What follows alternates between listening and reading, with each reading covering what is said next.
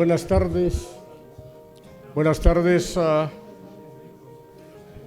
Vamos a dar comienzo a la sesión de esta tarde. Muy buenas tardes a todos y a todas y saludo especialmente a todos los académicos y académicas de nuestra institución y, por supuesto, a toda la gente que nos acompaña, y pido disculpas por el pequeño retraso que se ha debido a que hemos tenido inmediatamente antes la asamblea y se nos ha retrasado un poco.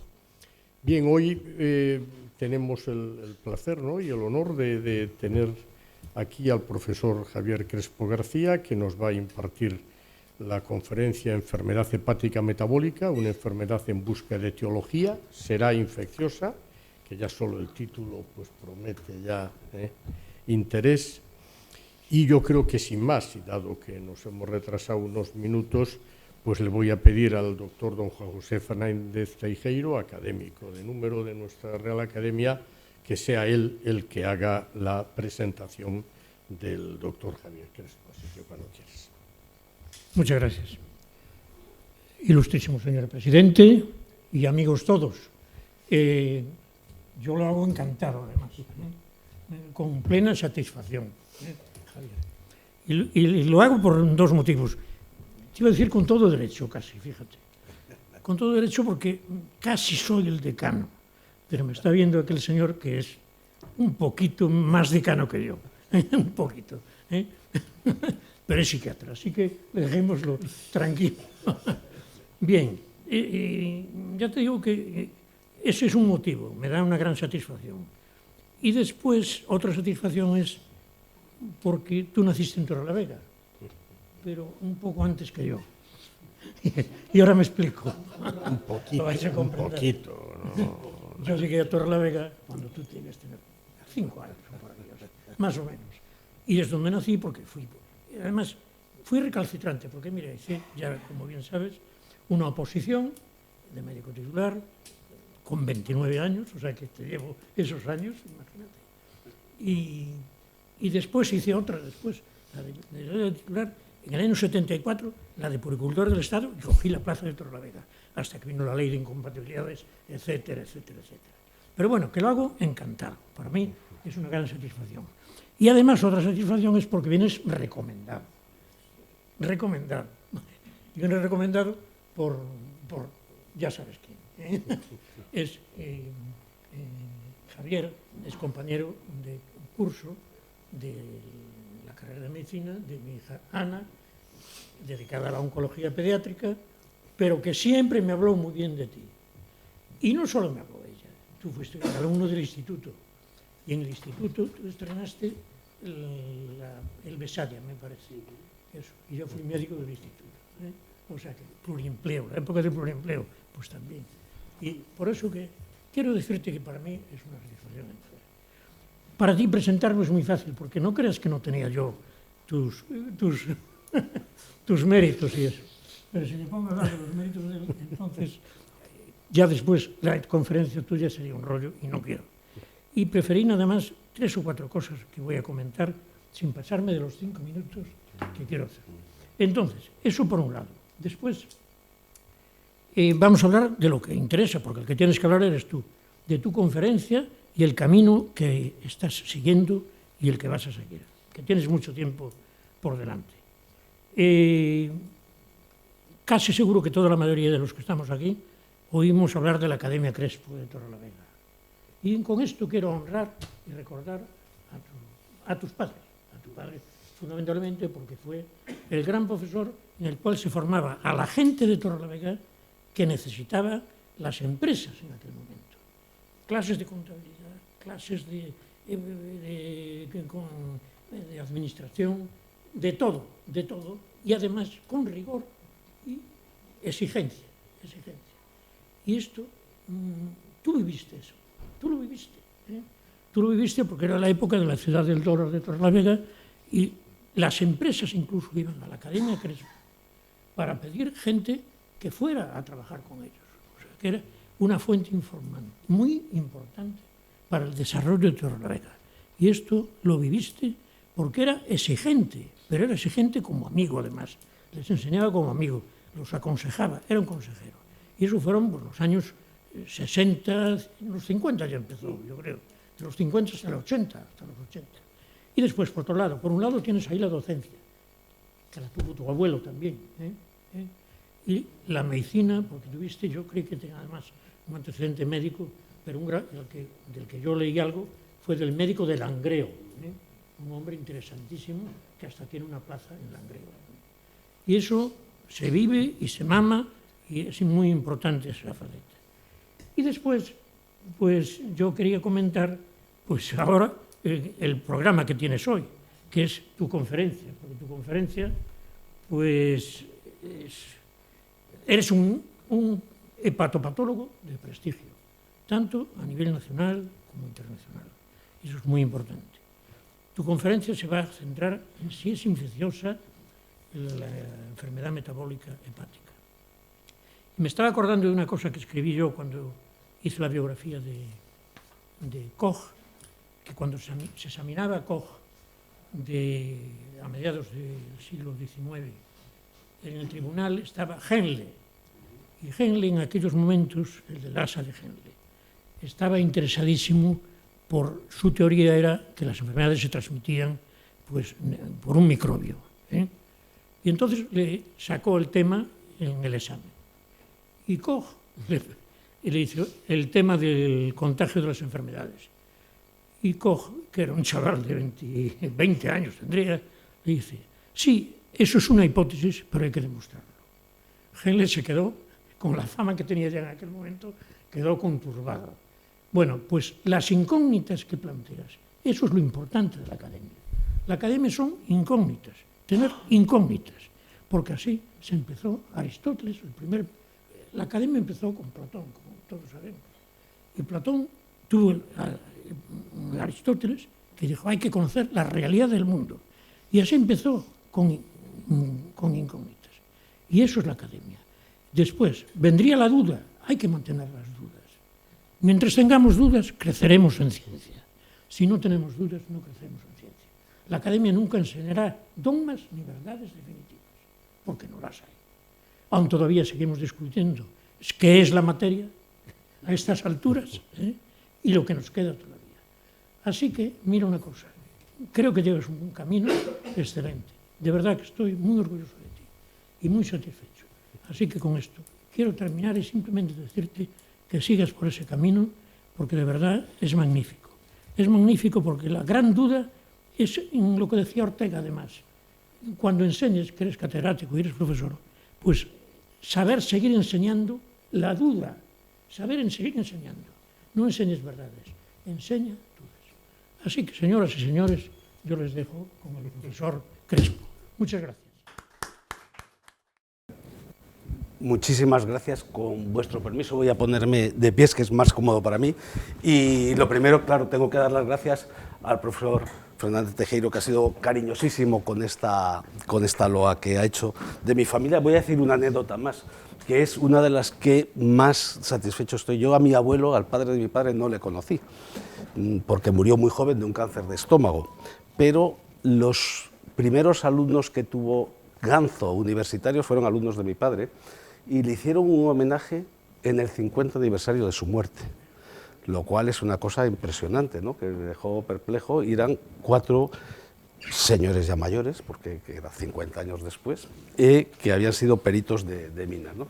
Bueno, y les voy a hablar de una enfermedad muy corriente, ¿verdad? Es una enfermedad que tiene 1000 nombres: esteatosis hepática metabólica, non-alcoholic fatty liver disease, metabólica fatty liver disease, tiene hígado graso. Vamos a llamarla, yo creo que es más cómodo llamarla o esteatosis hepática metabólica, que es la forma más correcta de decirlo en castellano, o hígado graso. Y voy a intentar explicaros exactamente qué consiste esta enfermedad. Es una enfermedad en la cual se deposita grasa en el hígado, es una cosa sencilla, y que ocasionalmente esta grasa, que son estas vacuolas que se ven de color blanco, grasa, se acompañan de inflamación.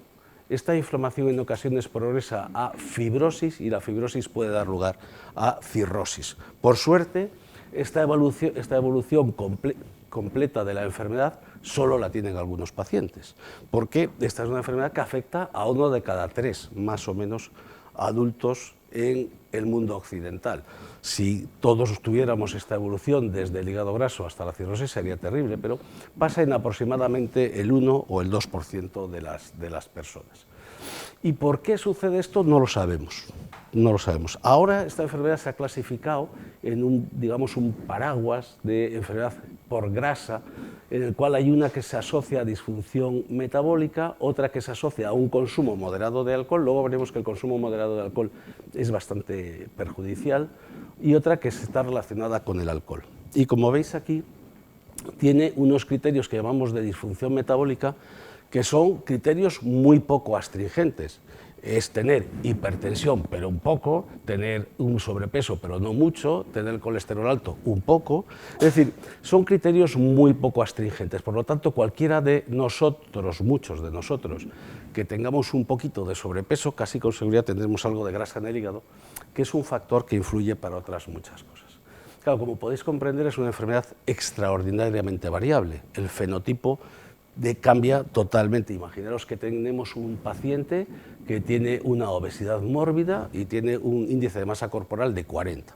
Bueno, este es un enfermo que tiene un hígado graso y que probablemente no se parece nada a un señor que tiene una esquizofrenia paranoide y que como consecuencia de recibir fármacos tiene también un hígado graso, pero es un hígado graso que no se parece nada.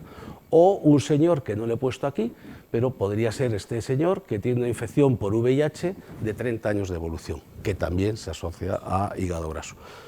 Los tres tienen una enfermedad por hígado graso, pero los tres son diferentes. Esto en medicina es muy frecuente.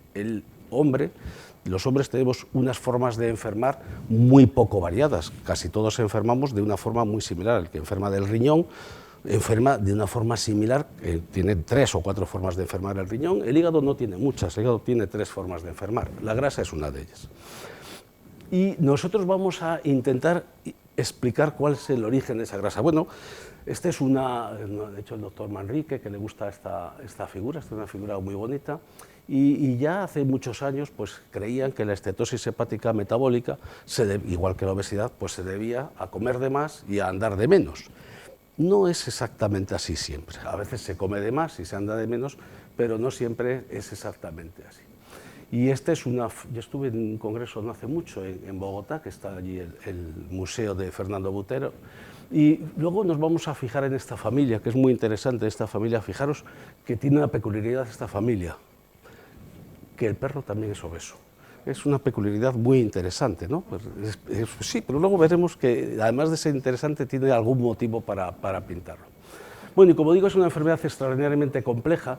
Hay factores metabólicos, factores genéticos, evidentemente el esposoma, los factores ambientales juegan algún papel, pero hoy nos vamos a centrar en este factor que es la microbiota. No es exactamente una enfermedad infecciosa, pero vamos a hablar de la microbiota. Y vamos a para ello hacer algunos conceptos previos. Han nombrado al profesor Koch, ¿no? Y aquí, este es un artículo del Science de hace 5 años, extraordinariamente interesante, porque lanza una teoría, este autor, que es un autor canadiense, lanza una teoría que es que las enfermedades comunicables no transmisibles, la obesidad, la diabetes, la hipertensión, el hígado graso, pueden ser en realidad enfermedades transmitidas por microbios, pero no por microbios aislados, que no cumplen los criterios de los postulados de Koch, pero sí por un conjunto de microbios que llamamos microbiota, que todos sabemos lo que es la microbiota. Y lanza la teoría de que estas enfermedades no comunicables y en principio no transmisibles pudieran ser en realidad enfermedades transmisibles. Y esto es un aspecto extraordinariamente interesante, y son transmisibles porque esta microbiota que tiene este señor, y luego veremos algunos ejemplos, se puede transmitir a un señor que no es obeso y contagiarle, entre comillas la palabra contagiarle, la obesidad. Y es un aspecto extraordinariamente interesante. Otro concepto que tenemos que tener para entenderlo bien, lo que viene a continuación, es que la constitución genética de nosotros, las personas, y la constitución genética de nuestras bacterias, porque son nuestras, la microbiota son nuestras bacterias, es bastante diferente. Mientras que la constitución genética nuestra es constante, nosotros tenemos unos genes que son los genes que tenemos el día que nacemos y tenemos los mismos el día que morimos. Las bacterias no.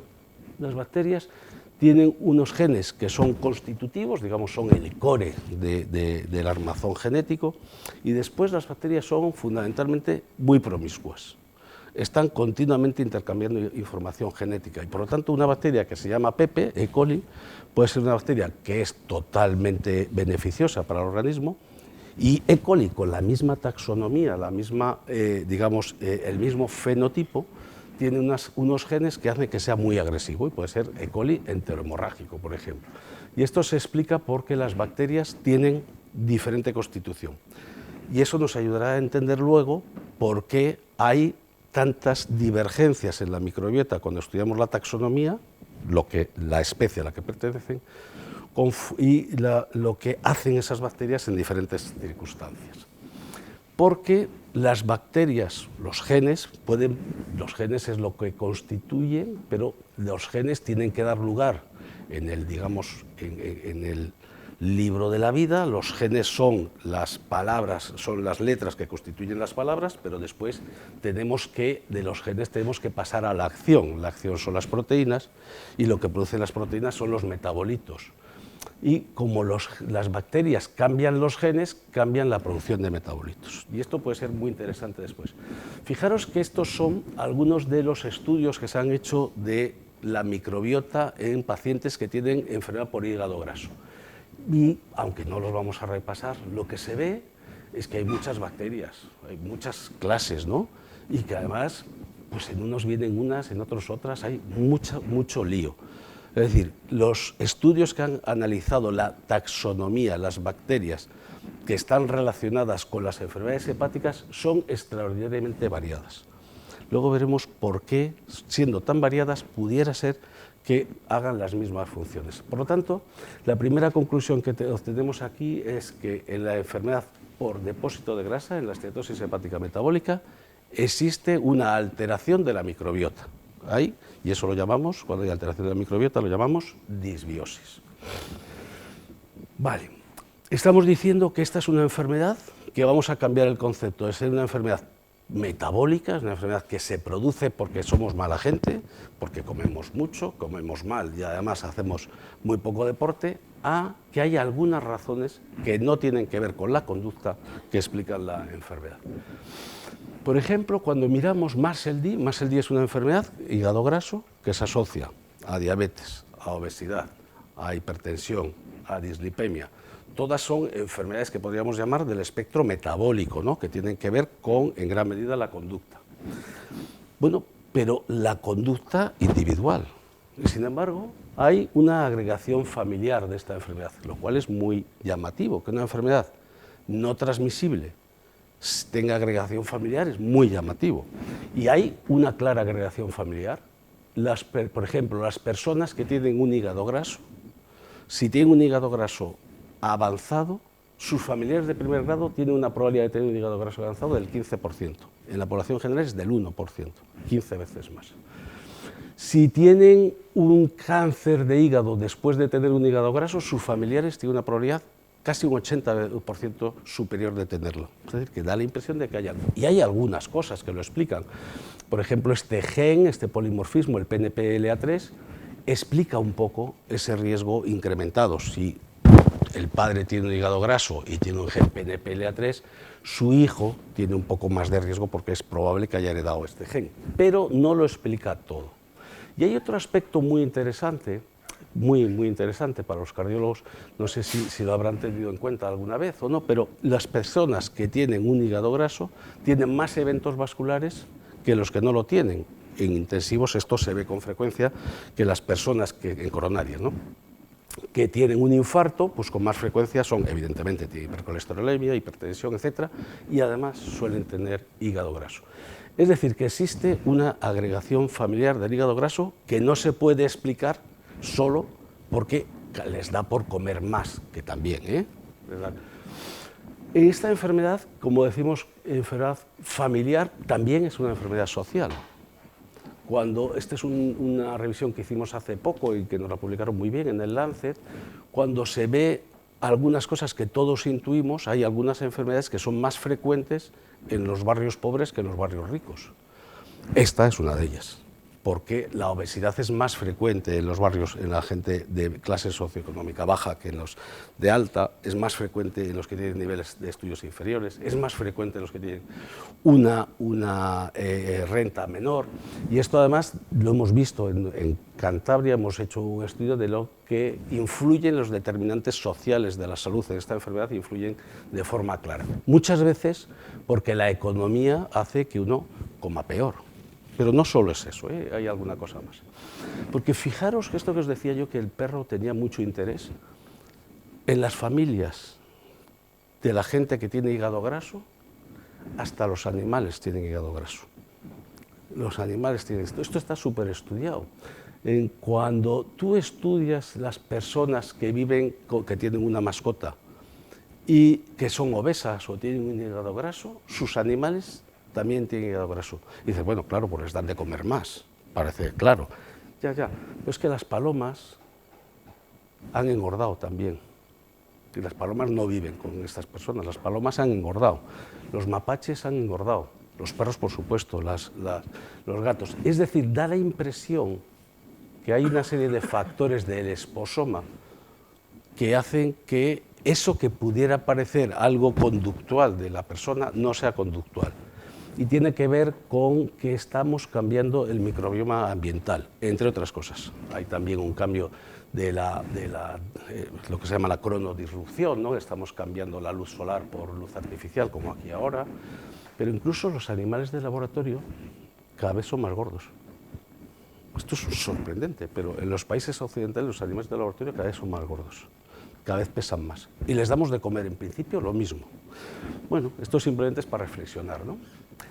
Entonces, lo que tenemos que demostrar es si existe transmisión o no de esta enfermedad, ¿no? Bueno, la transmisión podría ser infecciosa. Bueno, no parece que sea una transmisión infecciosa, no, esto no es una gripe, no parece una gripe, no parece que el hígado graso se contagie como se contagia la gripe, no hay un germen, aunque ahora veremos algún ejemplo al contrario, no hay ningún germen así claramente evidente.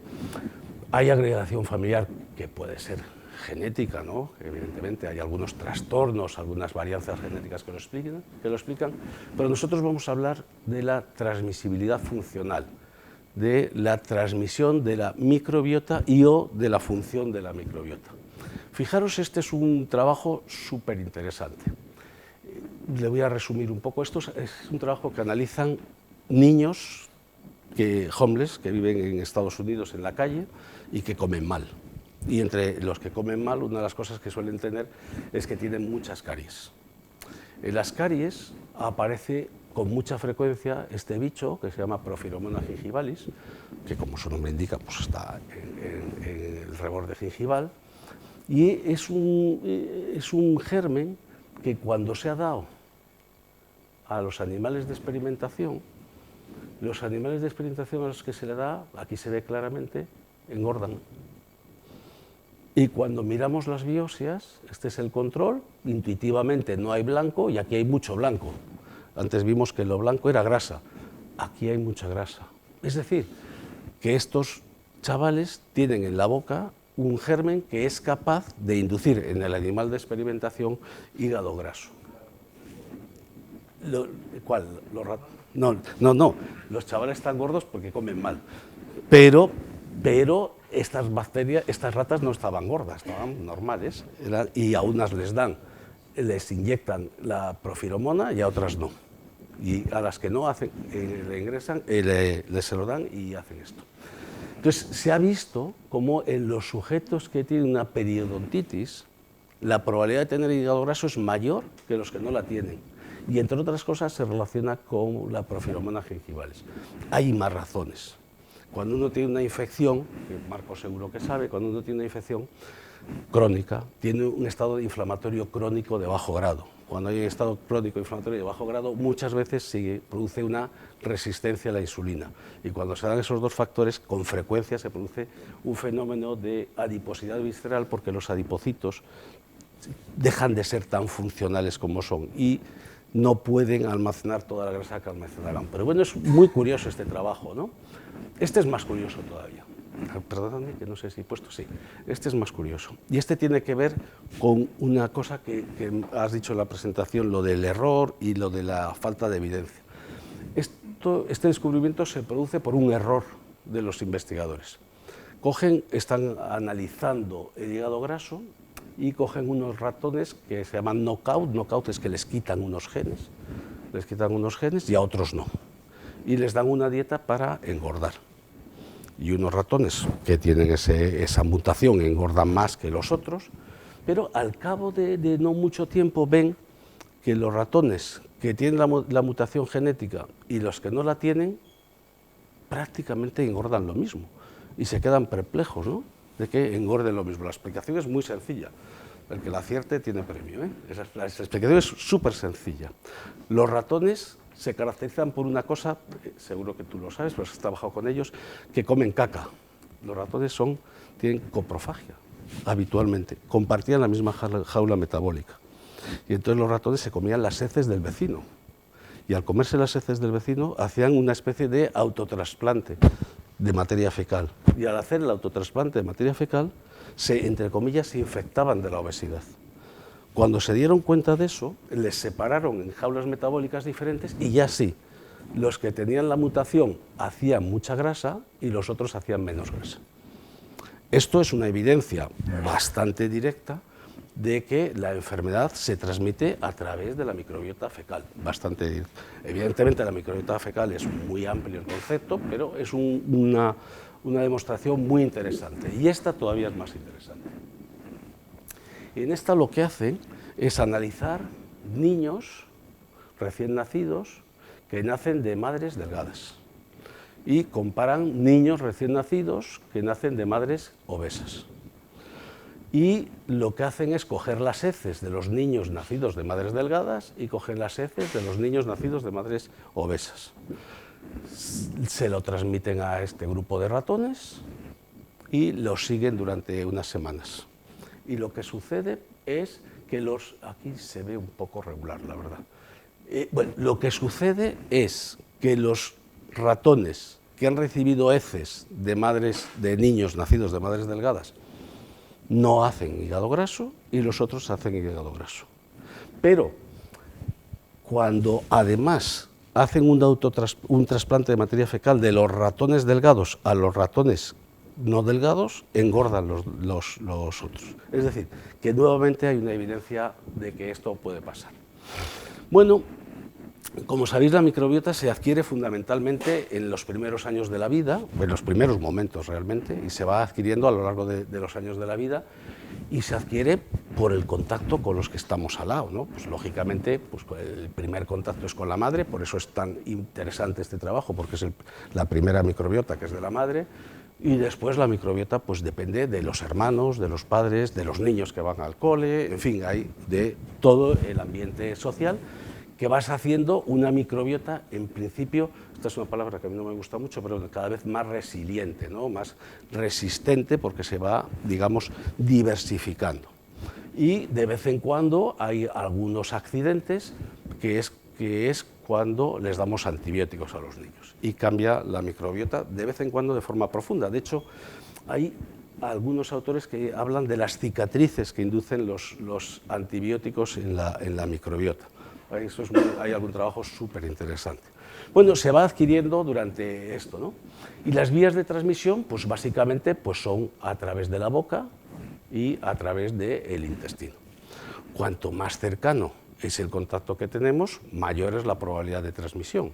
Y por lo tanto, la transmisión de madre a hijo es muy importante, de los miembros del mismo hogar es muy importante, y después se va alejando un poco. Pero no se aleja del todo. Y aquí si vemos, y aquí nace el concepto de microbioma social. Si nosotros analizáramos el microbioma de los padres y de los hijos, tendrían un notable parecido, pero el de los hijos con sus compañeros de clase también tendría un notable parecido.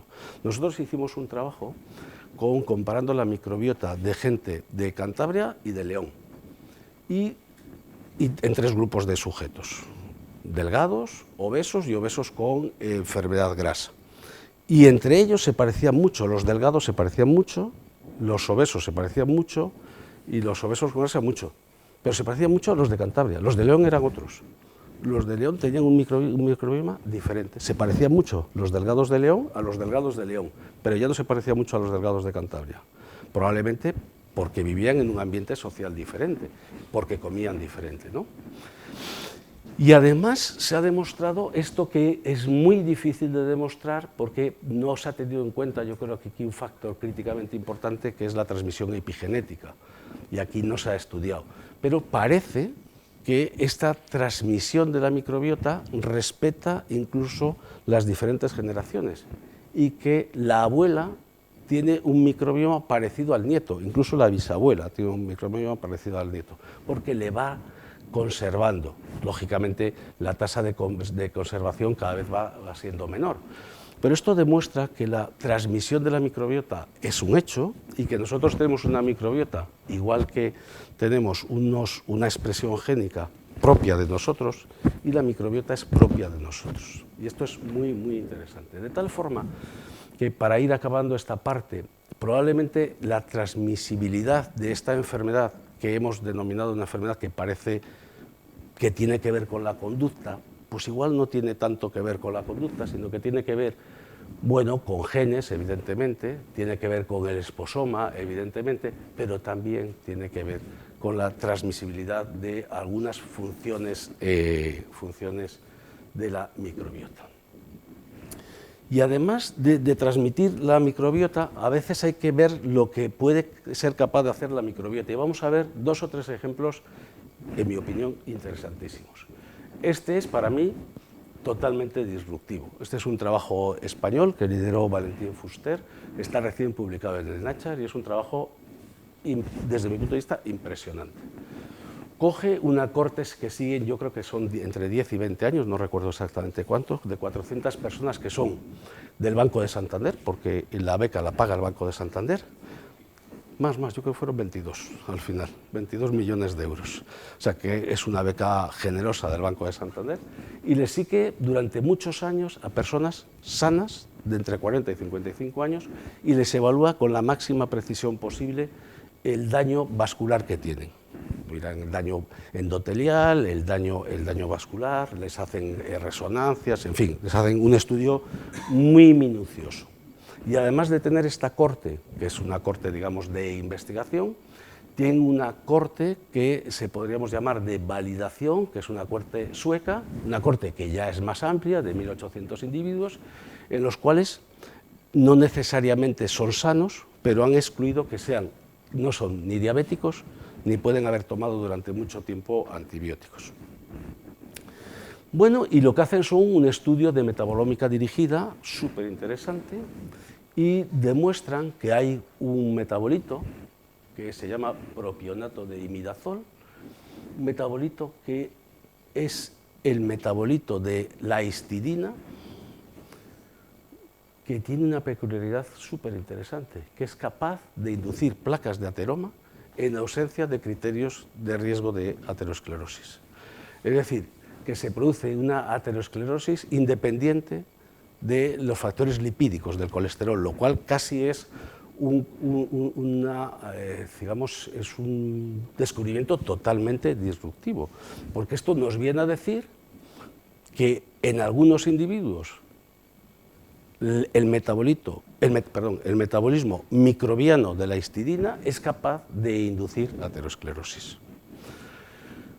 Bueno, eso es un hallazgo pues, totalmente disruptivo, y además ven cuál es el mecanismo, ¿no? Parece ser que este propionato de imidazol pues, interacciona con un receptor de imidazolina, que es un receptor que yo no sabía de su existencia claramente, y que este receptor de imidazolina lo que va a hacer es producir una respuesta en los monocitos y se produce una infiltración por células Th1 en la pared, esto Marco lo sabe bien, en la pared del endotelio, y produce una lesión endotelial que inicia la aterosclerosis diferente al depósito de la placa aterosclerótica.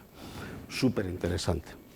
Bueno, pero resulta que esto es una hipótesis que hemos lanzado nosotros, como me dijo, me pidió que hiciera hipótesis, y una hipótesis que acabamos de publicar, o la vamos a publicar.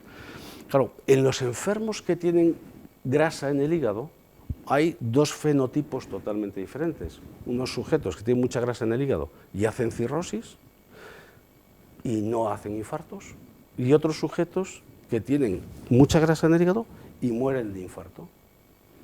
Y aparentemente no sabemos por qué. Bueno, pues esta podría ser una buena explicación.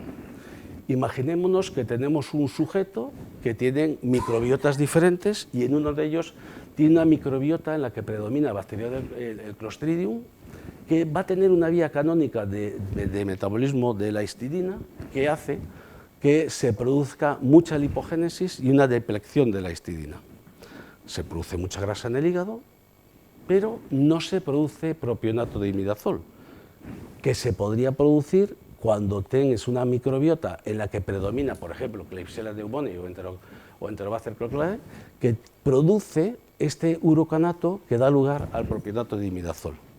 Y por lo tanto, un sujeto, el mismo sujeto que tiene grasa, en función de la vía microbiana del metabolismo de la histidina, puede dar lugar a un depósito de grasa cada vez mayor, porque facilita la depleción de histidina, facilita la lipogénesis hepática, o por el contrario da lugar a un incremento muy marcado del daño vascular, ¿no? del riesgo vascular. Claro, y esto nos hace pensar que pudiera ser que la diferencia esté en la bacteria, pero igual no está en la bacteria, igual está en lo que produce la bacteria. Porque como vimos antes, cuando miramos las bacterias que se ven en la disbiosis de los enfermos con hígado graso, existe una extraordinaria variabilidad que nos hace muy, muy difícil asignar un daño a un microorganismo determinado, porque cada estudio que salen unos taxos diferentes, ¿no? Bueno, entonces la pregunta es, oye, ¿y si la diferencia no está en el taxo, sino está en el gen? En vez de estudiar las bacterias de la microbiota, lo que podemos estudiar son los genes que tienen esas bacterias, lo que llamamos metagenómica, ¿no? Bueno, esta es una tesis que dirigimos Fernando de la Cruz y yo hace poco tiempo, que se leyó el año pasado, y partimos de ese hecho. Lo que diferencia las personas que tienen una disbiosis en el hígado graso no son el taxo, no son las bacterias, sino los genes que portan esas bacterias. Y entonces lo que nosotros hicimos fue analizar las bacterias del intestino mediante metagenómica. Estudiamos los genes, partiendo de una suposición que es más o menos correcta porque algún dato positivo nos sale, que hay algunos productos del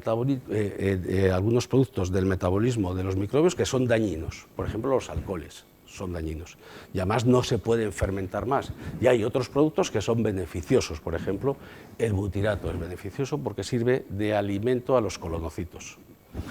Bueno, pues nosotros cogimos, esto fue un estudio muy de in silico, ¿no? Porque fue en el ordenador. O sea, los metagenomas publicados de 1.500 personas aproximadamente, que tienen o no tenían hígado graso o no, y vimos las diferencias en función del hígado graso de genes capaces de producir butirato, genes capaces de producir metano o genes capaces de producir alcohol. Y vimos que aquellos sujetos que tenían hígado graso, con más frecuencia tenían estos genes capaces de producir alcohol. Es decir, las bacterias, independientemente de cómo se llamaran, del taxo, si tenían esos genes, daban con más frecuencia daño hepático que las otras. Pero en esto hay muchos aspectos del alcohol muy interesantes, o de los alcoholes, ¿no? Fijaros, esto, no sois patólogos y no entendéis de patología hepática, pero si yo os dijera, me tenéis que creer que estas tres presentaciones pudieran ser de un enfermo que toma 2 litros de vino al día o de un enfermo que no toma nada de vino en los últimos 20 años. Pueden ser exactamente del mismo, es decir, la esteatohepatitis, es decir, la inflamación del hígado asociada a la grasa, alcohólica y no alcohólica, son prácticamente idénticas. Y por la histología no se pueden diferenciar. Por eso a los médicos nos engañan con tanta facilidad los pacientes que dicen que no beben nada o que beben lo normal, ¿no? Y fijaros el papel que juega el alcohol. Este es un trabajo que hicimos hace un par de años muy interesante. cogimos muchos enfermos, ya no me acuerdo cuántos eran, más de 1000, bueno, 6000, fíjate, y les clasificamos en función de si tenían una enfermedad por depósito de grasa, eso que llamamos MASLD, o tenían una enfermedad combinada con alcohol. Y los dividimos en función de la cantidad de alcohol que tomaban. Cuando la clasificación les decimos enfermedad por depósito de grasa no alcohólica, dejamos que se pueda beber un poquito. Es decir, el que bebe hasta 2 vasos de vino al día también le clasificamos como no alcohólico, ¿no? Digamos que es una persona metabólica. Y les clasificamos en 3 grupos: los que no bebían nada, los que bebían poco y los que bebían un poco más. Esta sería la clasificación de ACCISAS o de ordenadas, y en ACCISAS pusimos los factores metabólicos. Y aquí se ve una lección práctica para los pacientes súper interesante. Si yo tengo una enfermedad por depósito de grasa y solo tengo un factor de riesgo metabólico, por ejemplo, tengo sobrepeso, o soy hipertenso, o soy diabético, pero solo tengo un factor, el riesgo de tener una enfermedad hepática grave a largo plazo es del 2%. Si tengo muchos factores, ya sube mucho. Pero, lo que es más importante, si bebo un poco, 2 vasos de vino al día, el riesgo puede llegar a ser 10 veces mayor. Y en los que tienen el hígado graso y beben un poco de alcohol, 2 vasos de vino al día, el riesgo es parecido a si tomo 6 vasos de vino al día. Es decir, la lección práctica es que el alcohol en estos individuos es extraordinariamente dañino. Y esto tiene que ver con lo que sucede aquí. Fijaros, este es otro experimento muy interesante. Son otra vez niños, los pobres niños estos americanos, que son un buen banco de pruebas. Cogen niños que tienen sanos, niños obesos y niños que tienen obesidad e hígado graso, y analizan la microbiota. Ahí parece que se está separando, ¿no? Taxonómicamente se separan, parece que hacen clústeres diferentes, ¿no?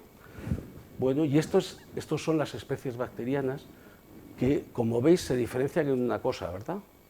Fundamentalmente, en la cantidad de rojo, ¿no? Los rojos son bacterias que producen alcohol.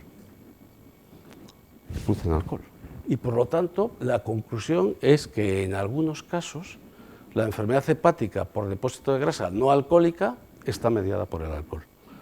De hecho, hay un síndrome que no sé si le pongo aquí, no, pues lo voy a contar aquí. Hay un síndrome que se llama el síndrome de la autocervecería.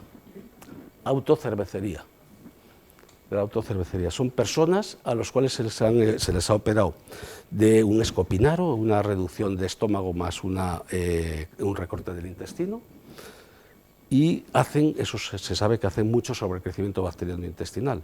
Algunos hacen tanto y crecen tantas las bacterias que producen alcohol, que producen una hepatitis alcohólica, que hay que revertir la intervención porque si no se mueren del hígado. Sí, sí, es raro, gracias a Dios, pero nosotros hemos tenido uno. O sea, es raro, pero existe. Y fijaros aquí, esto no es tan exagerado, pero esto hay cepas de Klebsiella pneumoniae, que es un bicho que tampoco es tan raro, que produce alcohol. Pero no solo es que produce alcohol, es que si se lo ponemos a una rata, la rata hace una hepatitis alcohólica y fallece.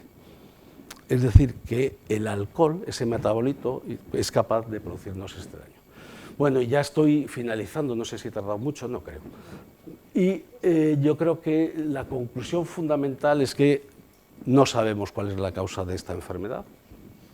2, probablemente la causa es múltiple, hay múltiples causas, y a mí me gusta esta diapositiva porque yo creo que lo que hace es que sabemos que no es una infección clásica, eso seguro que no, pero parece que sí hay una transmisión de la microbiota y que esta transmisión de la microbiota va a poder producir o no una enfermedad hepática en función de múltiples factores que van a suceder a lo largo de la vida, porque la microbiota va a cambiar y puede producir etanol, podría producir propionato de imidazol, puede alterar, no lo hemos visto, pero puede alterar el metabolismo biliar. Por supuesto, hay una causa clásica que se llama la endotoxemia metabólica, esta sería una causa clásica de endotoxemia metabólica, o incluso puede cambiar los indoles. Y esto va cambiando a lo largo de la vida, desde que nacemos, vamos modificando la microbiota, esta microbiota se va a modificar por factores sociales y vamos a ir o no incrementando el riesgo de tener una enfermedad. Es decir, microbiota más probablemente esposoma, más probablemente genes, más probablemente conducta, y va a dar lugar a una enfermedad que va cambiando a lo largo de la vida, no solo en este eje, sino que también en el otro, porque como hemos visto, hay algunas personas que tienen mucho riesgo vascular y otras personas que tienen muy poco riesgo vascular. Y por lo tanto tenemos diferentes fenotipos, probablemente con genotipos que tampoco son iguales. Nada más. Muchas gracias.